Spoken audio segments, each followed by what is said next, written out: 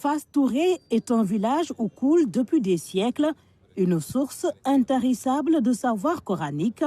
Son nom est toujours associé au vénéré Serigne Hadi Touré ou encore à Serigne Abdoulaziz Sy Dabakh, qui fut pensionnaire de son célèbre Dara. Le Premier ministre de s'arrêter avant tout chez le khalife actuel, Serigne Abdoulaziz Touré, pour recueillir prières et bénédictions. Fass Touré a été choisi pour le lancement de la phase 2 du projet d'approvisionnement en eau potable. Lan mooy projet bi bëgg ndox mu baax ndox mu sell am maanaam dëkk-dëkkaan yépp am ci accès.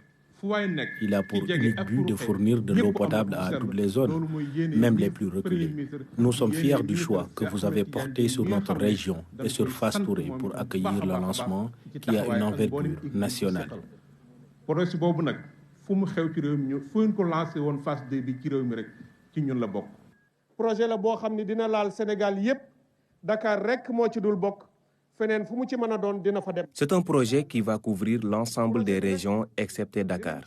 Il va réaliser beaucoup d'infrastructures hydrauliques de base. Il s'agit entre autres de 85 forages, des forages neufs et des forages rénovés. Le projet prévoit aussi des unités de potabilisation et de traitement de l'eau. Vous avez soulevé un problème de qualité de l'eau et nos équipes sont en train de travailler sur les solutions à y apporter. C'est une instruction reçue du chef de l'État que le Premier ministre nous rappelle souvent.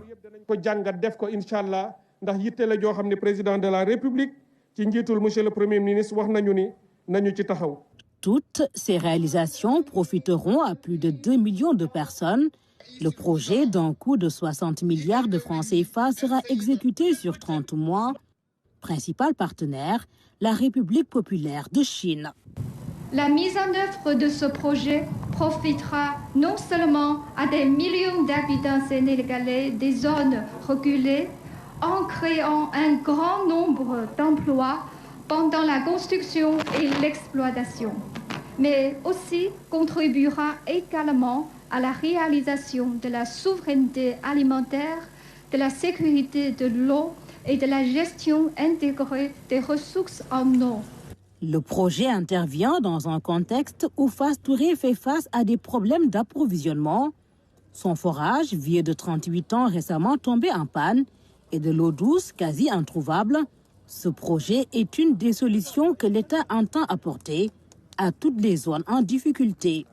Je précise que cette cérémonie s'inscrit dans le cadre d'une série d'actes de matérialisation de la volonté du chef de l'État et de son gouvernement d'améliorer significativement l'accès sécurisé à l'eau pour tous les usages. Comme vous l'avez tous constaté, plusieurs initiatives ont été lancées, dont la plus marquante est celle des autoroutes de l'eau qui se conçoivent à travers la réalisation de grands transferts d'eau depuis des sources de grande disponibilité vers celles déficitaires et de grande consommation.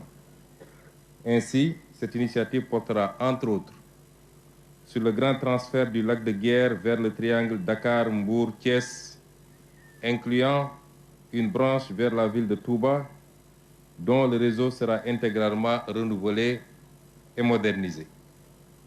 Je voudrais dire que le programme que nous lançons aujourd'hui n'est qu'un palliatif en attendant la réalisation de ce grand projet qui permettra de régler définitivement les préoccupations en matière hydraulique des populations de la zone, y compris la question de la salinité qui a été soulevée tantôt.